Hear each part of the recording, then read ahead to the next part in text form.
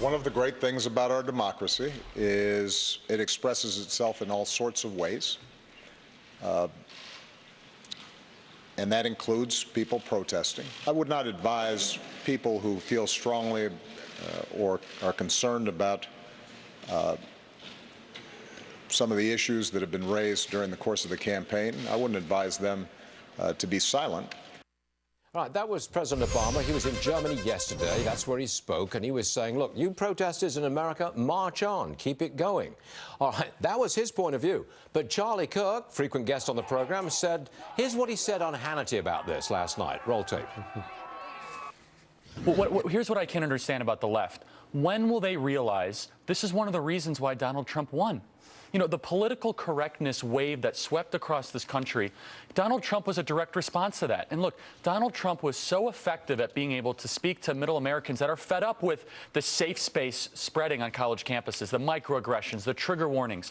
Colleges have become a place where they want everyone to look different but think the same. And how dare someone challenge that liberal orthodoxy on our college campuses? I think this deserves to be mocked, quite frankly.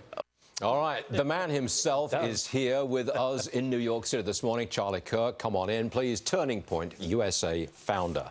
Okay, you had your say about the protesters. I want to talk to you about the meetings that you've been holding in Trump Tower all week long. You can't tell me what was discussed. I understand that. That's right.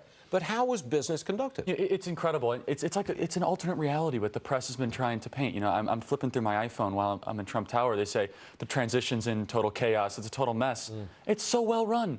I mean, Reince Priebus is doing a phenomenal job. Steve Bannon. I mean, it's a very methodical process. They're actually ahead of schedule with cabinet appointments. If you look at the graph that Bill O'Reilly's been using that shows when past presidents have actually started to appoint cabinet positions, Trump is far ahead of schedule.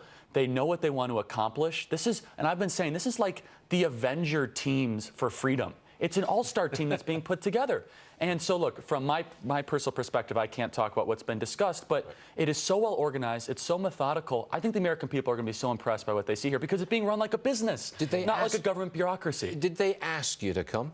Well, yeah, I mean, I had a relationship. Did you just show up? I just showed up. No. I went up to the Starbucks and said, you look like a nice guy. No. Look, I have a relationship with some people in the Trump family, and what I discussed, quite frankly, in broad generalities, was the importance of youth and millennial engagement, is to talk about how this administration should not let young people just go by the wayside. For far too long, administrations, a Republican and Democrat, you know, Bush and Obama, at least in my lifetime, they've catered specifically to older Americans. And my whole point to the Trump family and Trump advisors was, why don't we have an agenda that is targeted specifically at the largest voting bloc and the largest bloc of individuals ever in American history, millennials. We're going to be the ones that are going to have to pay for this nonsense. We're the ones that are going to have to be suffering under these policies. That's why you were there.